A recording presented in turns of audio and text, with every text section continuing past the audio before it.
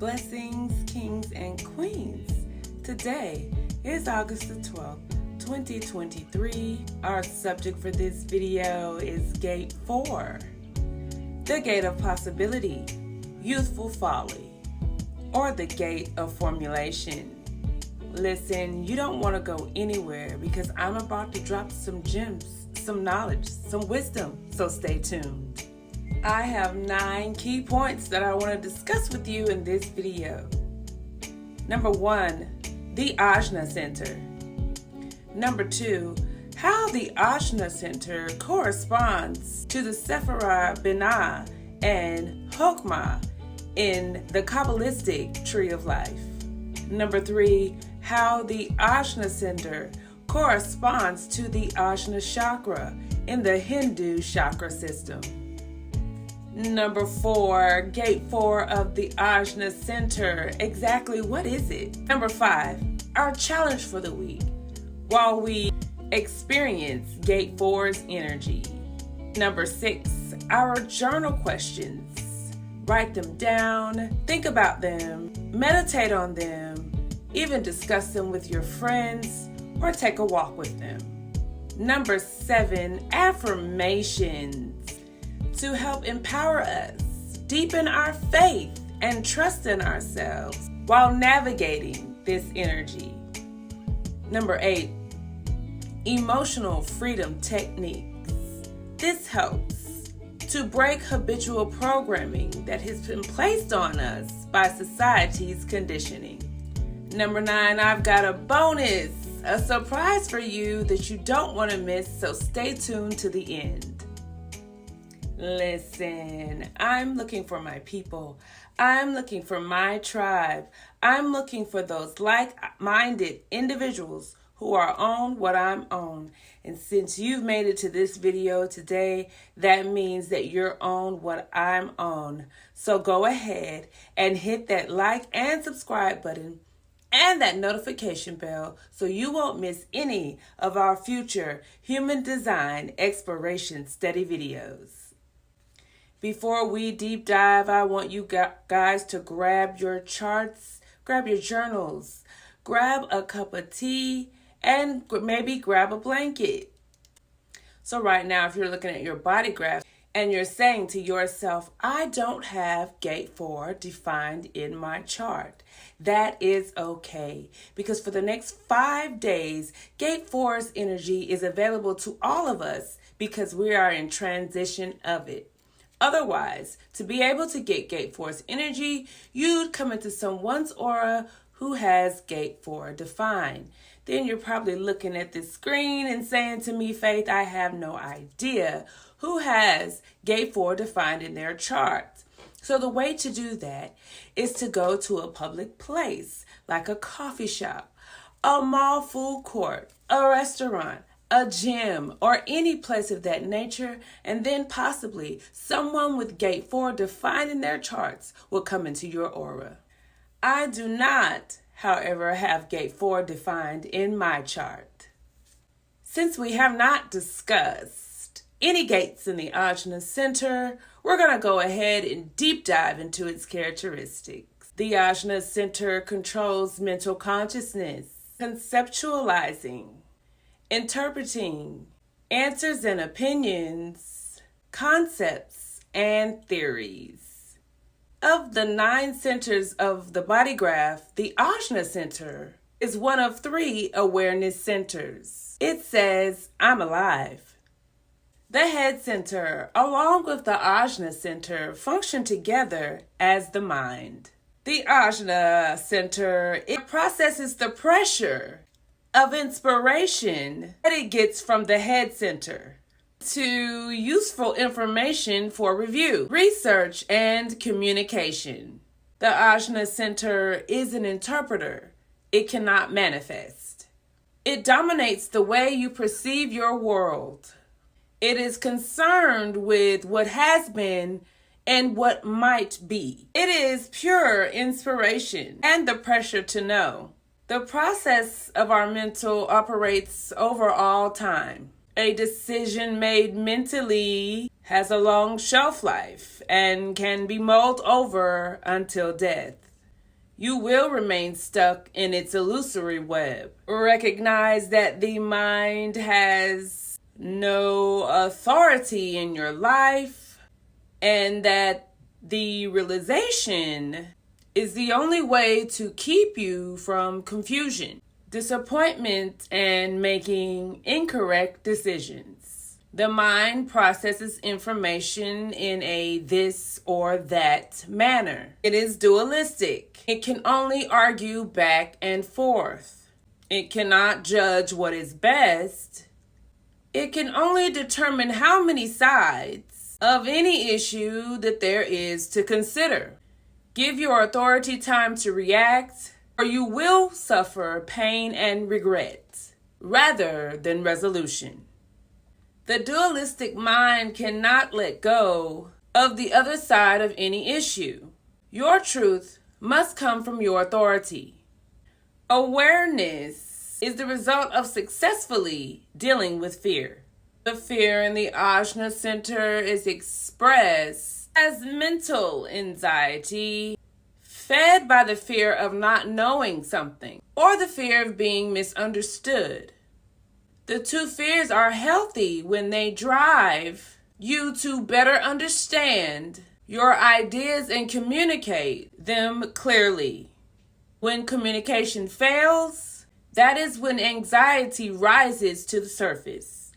The value of awareness or mental intelligence does not come from being in control, but rather from your ability to share and empower people with your unique viewpoints at the right time and the right place. You are here to interact with others and articulate your experiences to enrich and educate and store history for future generations, and to contemplate and explore life's possibilities.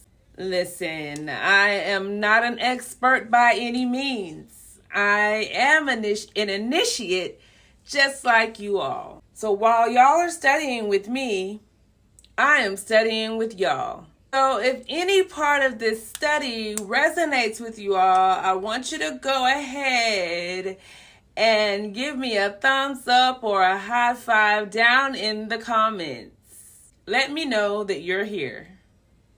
The Sephirah, Binah, and Chokmah are the correspondences to the Ajna Center in the human design body graph. Binah, the superior mother, the sanctifying intelligence, and Chokmah, the superior father, the illuminating intelligence. Binah and Chokmah are polarizing opposites. They balance one another out. So just because Binah is a negative force doesn't mean that it is inherently bad. Chokmah, the positive force, is chaos. That signifies that it isn't inherently good. It needs the formulation of Binah to balance it out. Chokmah is the seed, the stimulation or inspiration, and Binah is the flower or formulization. Binah is the understanding, and Chokmah is the wisdom. But wisdom is only knowing or memorization. In seeing the interaction of the two opposite spheres, we find conceptualization. In Chokmah, we find what is called the only reality. This is said because this is where we dream ourselves. This then leads to the awareness concept.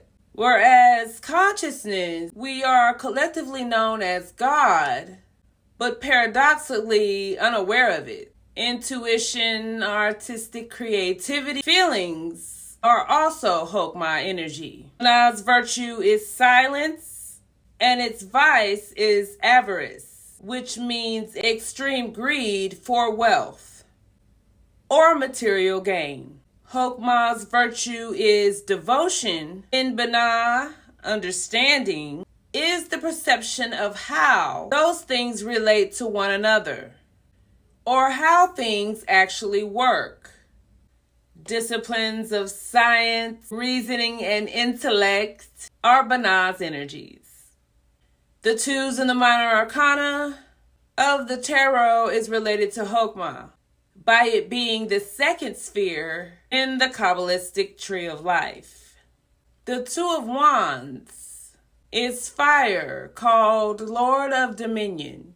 Mars in Aries, the world of pure spirit. Its symbol is the thunderbolt, harmony of power and justice, influence, boldness, courage, fierceness, restless, and turbulence. The Two of Cups is the element of water, called the Lord of Love.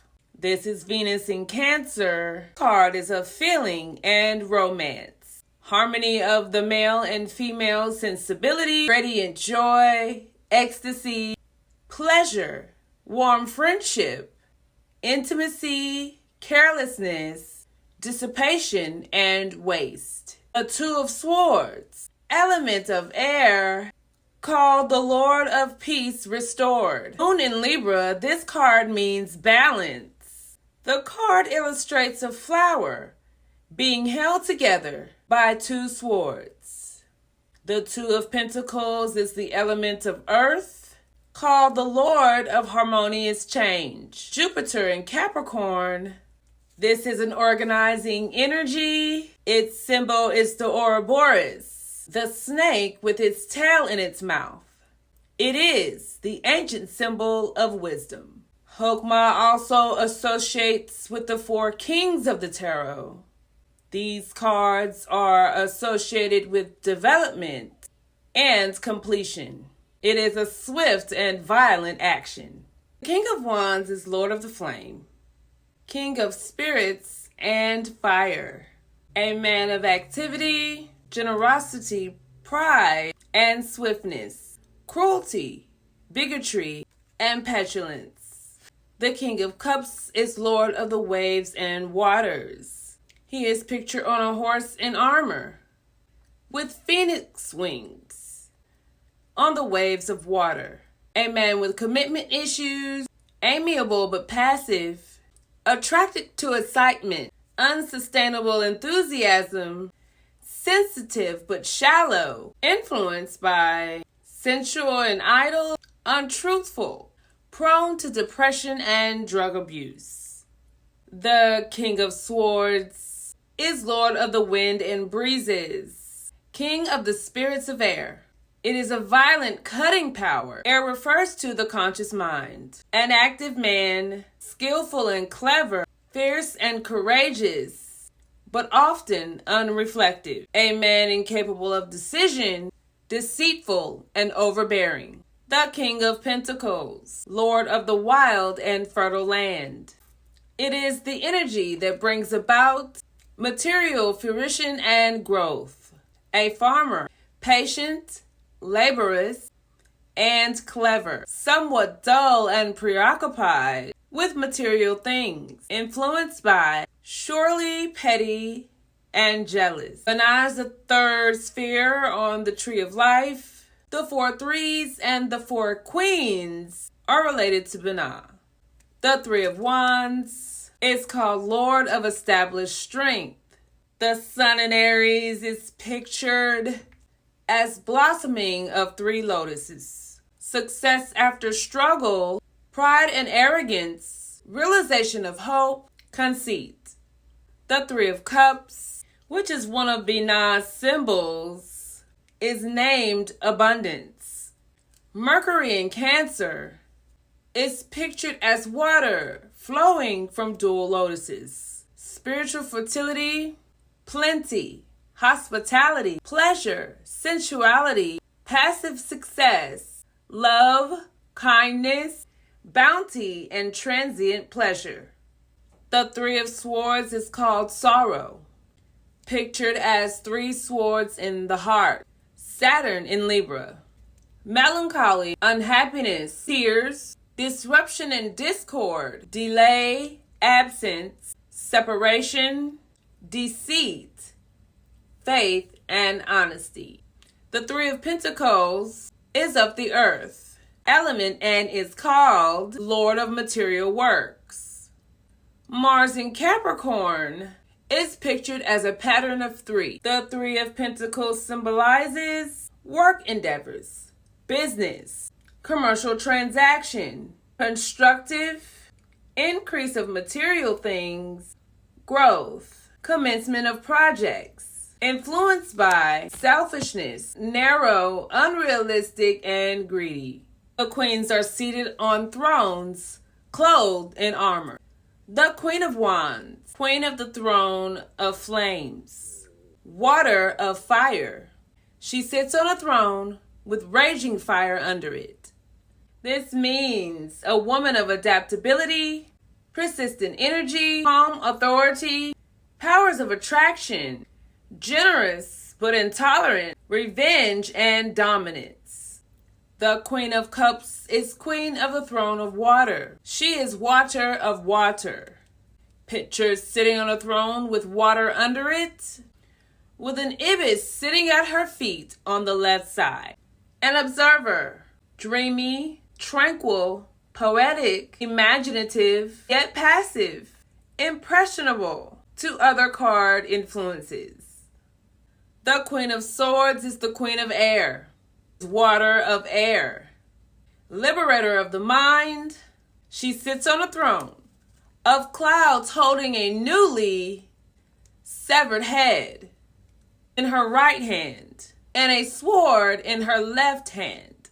This card teaches us in ways in which we are tricked by thought, how we can transcend it.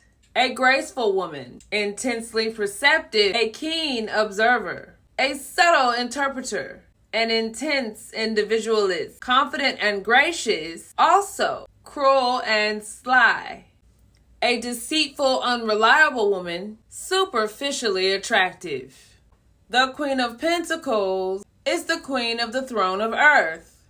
She is Water of Earth. She is pictured sitting on a throne, crowned with horns, with a goat at her feet. An ambitious woman, yet effective and kind, charming, timid, practical, quiet and domesticated.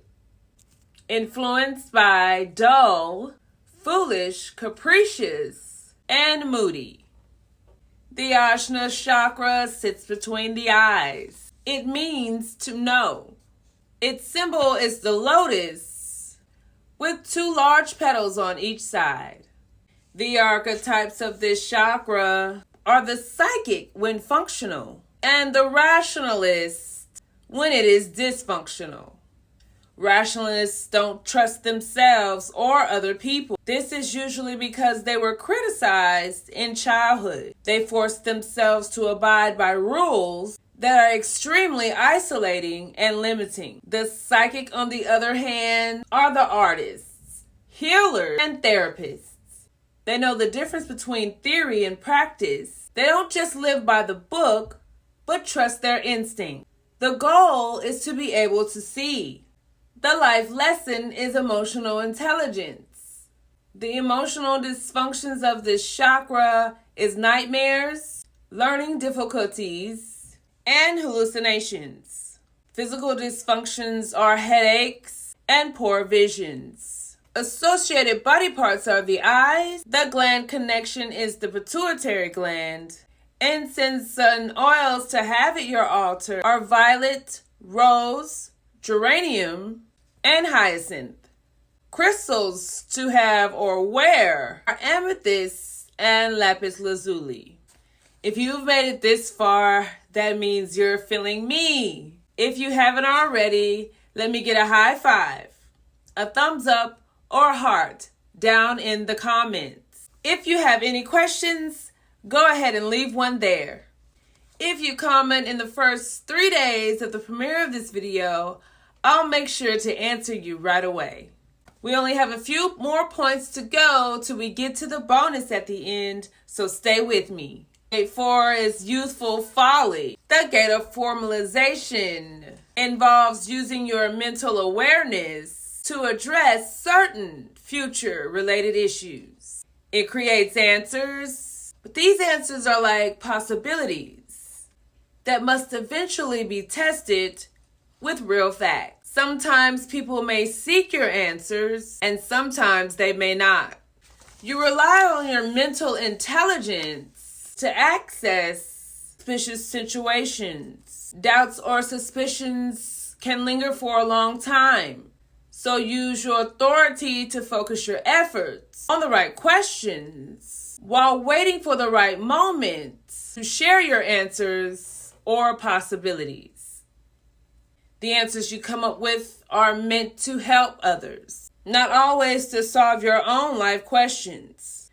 Knowing this can make you comfortable holding on to answers or possibilities until they're needed for others' benefits. This is a projector gate, so again, the right timing is important here. Remember, this is the understanding circuit. The understanding circuit will be discussed in a later video. Our challenge for the week is to learn to embrace ideas and possibilities, not answers, and to let the power of possibilities stimulate imagination as a way of calibrating the emotions in the heart. This gate teaches us the power of learning to wait to see which possibility actually manifests in the physical world and to experiment with the options that comes in response to those manifestations. All right, get ready for our journal questions, guys. What ideas do I have right now that need me to nurture and activate them? What possibilities do these ideas stimulate right now? Take some time to answer and visualize the possibilities. Am I comfortable with waiting? What can I do to increase my patience and curiosity? All right, our affirmations, guys. I am tuned into the cosmic flow of possibility. I am inspired to explore new possibilities and potentials, thoughts to stretch the limits of what is known and engage my imagination to explore the potential of the unknown. All right, our emotional freedom technique setup goes a little something like this. Even though I don't know what to do, I allow the questions to seed the universe. I trust with great patience the answers will be revealed to me. And I deeply and completely love and accept myself. All right, we've made it to our bonus. And our bonus is Earth. Passing through gate 49, the catalyst. Are you holding on to a situation for too long? Do you have a habit of quitting too soon? Is there a circumstance or condition in your life that you are allowing or running from because you fear the emotional energy associated with change? What needs to be healed or released?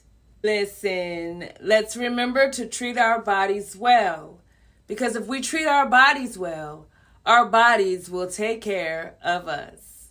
Let's remember to drink 8 glasses of water every day. Let's remember to exercise at least twice a week. Let's remember to meditate and journal in the morning when we wake up or at night before we go to bed. Kings and queens, I really appreciate you joining me on this exploration video, the study of gate 4, the gate of possibility. Listen, you could have chosen to be anywhere else in the world. You could have been doing anything else in the world. But you chose to spend your time here with me on this video. And believe me, that choice doesn't go unnoticed. I thank you. Remember to do your own thing. Remember to always be your authentic self. And for those of you who are already doing their own thing and being their authentic self, thank you for being you. Peace.